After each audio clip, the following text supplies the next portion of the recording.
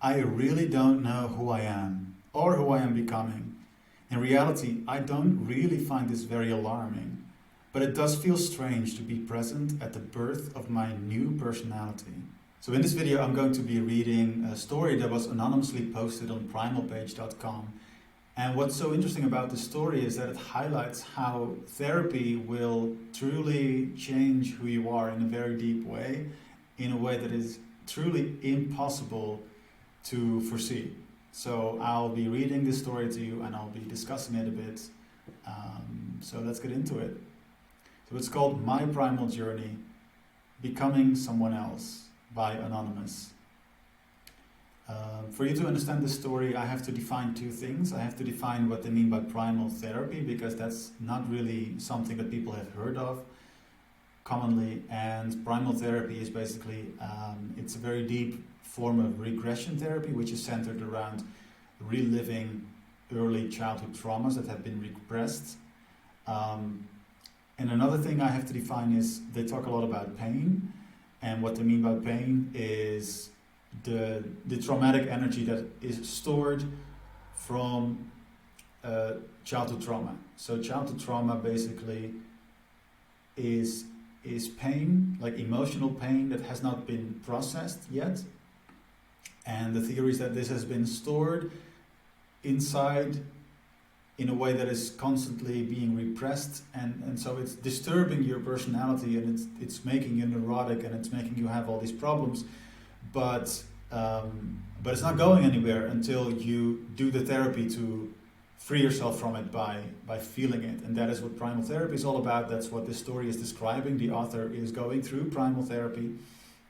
And then thirdly, I have to define first line pain. So what's meant by first line pain is kind of a special kind of childhood trauma, or you could say infant trauma. So first line pain means stored traumatic energy from birth or from the year after birth, give or take. So it's really a lot earlier than most childhood trauma. So when the author says first line pain, that means either birth trauma or, very, very early trauma. I'm especially interested in talking to other primal people these days because my own primal process has changed so much in the past year. I'm wondering if there are other primal people who have been doing primal for a long time who might be experiencing the kinds of changes I'm having at present. I started primal therapy in 1978 and I have been doing primal, usually 2 sessions a week, for most of those years ever since I began the process. It has been over 20 years. The pattern has been that I have worked with one therapist for anywhere from 3 to 7 years before switching to another therapist. I began working with male therapists, but now I work with a woman. My therapy process has always been what I call client-centered, client-directed, or natural style therapy. What this means to me is that I direct how the sessions go. This is, in my opinion, very typical and very important, because when you do primal therapy or like regression style therapy, it's not for the therapist to determine what is important for you to work on, because it is sort of your subconscious system that decides which trauma energy is ready to be integrated. And in my opinion, and from what I've gathered from studying this stuff, is that it's really important to just go with what is coming up first, because there is a healthy order to what traumas to integrate first, and that is predetermined. It's stored somehow in your system. Your system knows what to work on first. If you try to force to go to the most intense things first, or you go to force like a client to work on birth first, even though they have so much childhood stuff to integrate, which has been done in like rebirthing retreats that were popular in the 70s and stuff, that is very dangerous, because you could leave someone very mentally destabilized by addressing things that are way too intense with way too much baggage first. So that's what they mean by client directed, is you just sort of the client goes into their feelings and finds what is apparently the most important thing now to integrate, and then we just work on that. So following the natural flow of the process. In the past year has brought about some major changes. I now realize all those earlier years were just laying the groundwork for the first line pain, birth material, that is surfacing now. It's not that first line pain didn't surface before, because birth pain began to come up within a few months of starting primal therapy, way back in 1978. Of course, I always have believed that I had worked through a lot of my first line pain. That seems so ironical to me now. It's very common to think that you've done most of the work, while in reality, you only hit the tip of the iceberg, baby. That's nothing yet. You haven't seen nothing yet, and also something I'm going through at the moment myself. I now realized the real work on first line pain just hadn't happened during those years. It now seems that I was mostly processing a huge overload of pain, and the basic deep dynamic remained intact. Not untouched by sessions, but just not changed much either. My birth story is that a nurse tried to prevent my birth with her hand because the doctor had not arrived to the hospital. When I finally was born, I was taken away by hospital personnel. My parents don't know what had happened. They only knew that I had had a very bad birth, and my mother was told to never have a natural delivery again. Okay, that's very bad in my opinion. The least, I've read a lot of these stories, and it seems that the least traumatic births are the ones where everything is allowed to unfold naturally. Of course, that can go wrong sometimes, but intervening in that, if you don't have to, makes it much more traumatic. So yeah, holding back a baby, that's going to create a lot of deep problems. Yeah, but it gets worse. It was later discovered that some of my ribs had been dislocated and broken, but no one had known this. I will never know if my ribs were broken during the delayed birth, or if they were broken while hospital personnel did CPR on me. Yikes. What is clear is that I was critically injured at birth and not treated for the injuries. I was handled as a newborn infant with broken and dislocated rib bones. 2 ribs were re-broken several times by being handled after birth. Only later, when I was older and when deformed ribs become prominent, did my parents and I reconstruct the fact that the damage had been done at birth. The primal sessions I'm having now are both exciting and agonizingly difficult to do. At one time there was always enough primal pain pushing up so that the primal pain was easy to access. In fact, it was a source of pride for me that I could do that so easily. I didn't know at the time that being able to connect to my pain so easily was really in part a function of how much primal pain I had to process. Now, there's much less volume in there, and it's much harder to locate the place where the pain is and to get connected to it. There is much resistance, and often I have to start my sessions by feeling my way through the feeling of not wanting to do the session at all. But once the resistance has lessened and I've let go, then the first line pain comes up. So there's a lesson here, if you're in your own process of doing any sort of regressive therapy or shadow work or something like that, is that if you have your resistance, that resistance itself is something you can feel your way through. If you feel the resistance all the way and allow that feeling of not wanting to do it, then the other feelings that you need to integrate will come after that. So it's a process of allowing, not trying to avoid the resistance in any way. In the old days of my primal therapy, the pain seemed to have more of a storyline. I could usually label the pain easily, or there were memories of what had happened. With this deep first line pain I'm processing now, the processing is very different.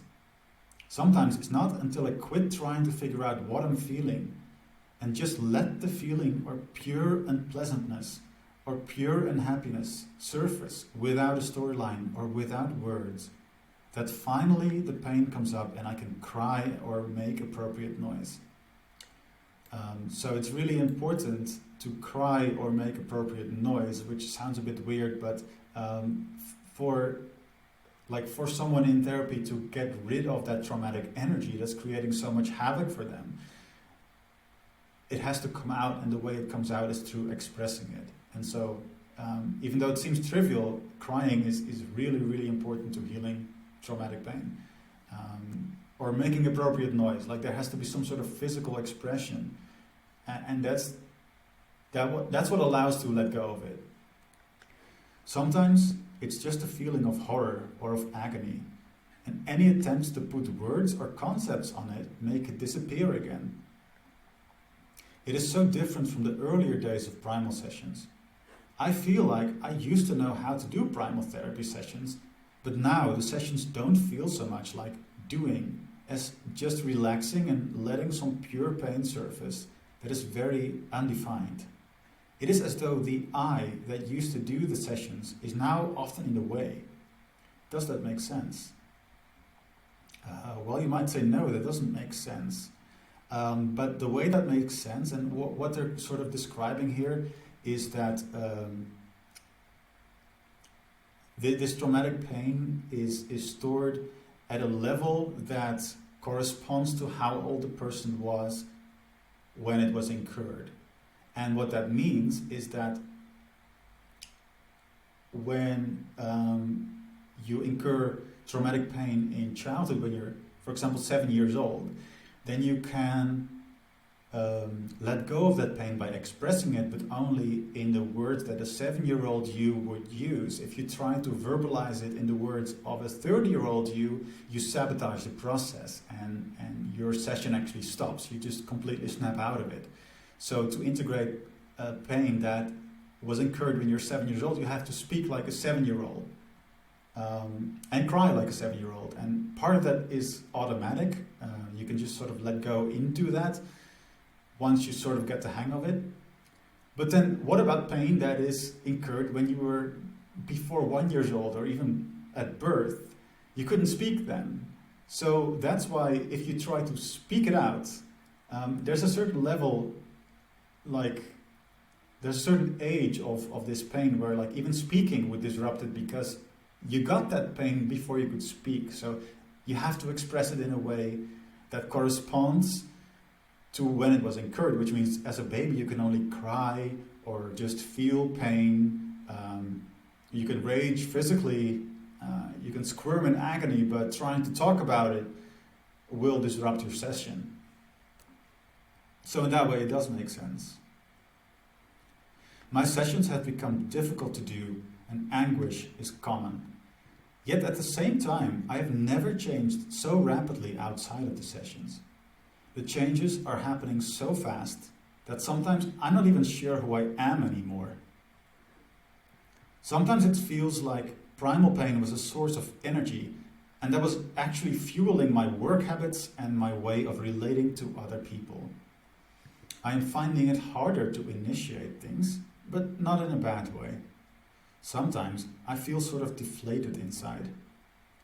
It is as though all that pain inside me was a tangible presence in terms of how my personality felt to me. In the old days, my primal pain was sort of a part of my feeling identity. Now, I feel so much softer inside. So it's been an amazing time for me, but also a puzzling time. The regressions I am having now do not have the quality of what I had expected. I didn't know that eventually the therapy would lead me to a place where it feels like my very personality is actually changing. At one time I thought primal therapy would leave me still me, but not hurting so much. I didn't know primal therapy would change who I think I am. It's all very strange and unknown, and sometimes very unsettling. I thought I knew who I was, and now I don't know what is really basic to my personality and what turns out to be an enormous dynamic I constructed inside myself to survive my early trauma. a dynamic which now seems to have obscured who I was or might have been. So now I really don't know who I am or who I am becoming. In reality, I don't really find this very alarming, but it does feel strange to be present at the birth of my new personality. Yeah. Couple things. The author talks about it feels like the primal pain was a source of energy that was actually fueling my work habits and my way of relating to people. Even though I haven't gone this far into the journey as this author has, they've been doing it for 20 years, which is insane. But I've done enough of it that I can feel how my pain is twisting up my personality, and how even the way I'm speaking now, part of it would be still there, I think, if I integrated all my pain, and part of it would be less tense. I can feel how my traumas are just twisting up are making me tense, are tying knots into my very being, and creating these little tensions in the way I express myself, and what I find important, and things I'm compulsive about, and sort of my entire personality has been infected in a way, or is being manipulated and pushed around by this stressful energy. And in a session yesterday, I felt into that, and it's this very intense drive, or this very intense, it's almost an unnamed feeling, which makes me kind of think of the Metallica song, The Unnamed Feeling. But it's very apt. It's an unnamed feeling, but it's very intense. It's like this driven sort of need, and I can tell that my compulsions come from that. And it's sort of, once you touch on that, you notice how it drives everything you do. Every time you get triggered, or anytime you get compulsive about something, or addicted, or it's just driven by this unnamed feeling. And for me, I've noticed that comes up in sessions as that's very old. That's related to first line pain. And another thing, which is sort of the central point I find that this story illustrates very well, is that this kind of therapy, like any sort of regression or trauma reliving or trauma integration, it will change you in ways that are more profound and very unsettling than you expect. That's not proper grammar, but yeah, give me a break. Actually, I met with a primal therapist a few months ago, and I just had a short interaction with them. And even in a short interaction, this guy is able to sort of point out exactly where the neurotic twists and little hang-ups in my personality are, just as I'm talking to him. And he sort of pokes at it and pulls at it and confronts me with it until I have to let go of them, and then I feel just very vulnerable. And this was over tea, right? This was not even a proper session. It's really impressed me. And as I walked out of that session, or it was even just an intro talk, I felt oh shit, this is gonna change who I am in a way that I'm not sure if I'm ready for. And I've done primal style trauma integration, in many different ways. I've done it in retreat settings. I've done it guided by professionals. I've done it alone. I've done it guided by my girlfriend. I've done it guided by myself. I've done it with breath work. I've done it with LSD. I teach it, and still there's so much more to learn. And when you meet someone who's done this for 40 years, you really get this felt sense of, oh shit, if I push this button and I do this, I submit myself to this, I'm gonna give up a huge part of who I think I am in order to feel at peace and happy and get rid of my problems, basically. So that's it's not as easy as it's not a no-brainer. It didn't feel like a no-brainer to me. I know I want to go ahead with it, but it doesn't You know, when you get that physical sense of like your guts, like you get this wrenching, deep feeling in your gut of like everything's being stirred up, and sort of half of who you think you are is being sort of at the brink of being pulled out of you. And you feel like, oh shit, do I want to push this button or just like leave me in the matrix? I'll take the blue pill, give me my neurotic patterns, give me my addictions, I'll live a very happy ish life, even though I never quite feel at peace and I always have to be addicted to something, or feel kind of unhappy, but just leave me the way I am, please. Like, can I still go back? That's how I felt. I'm still gonna do it if I can, but thanks for listening, and if you like this video, then I guess click like, and I'll see you in the next one.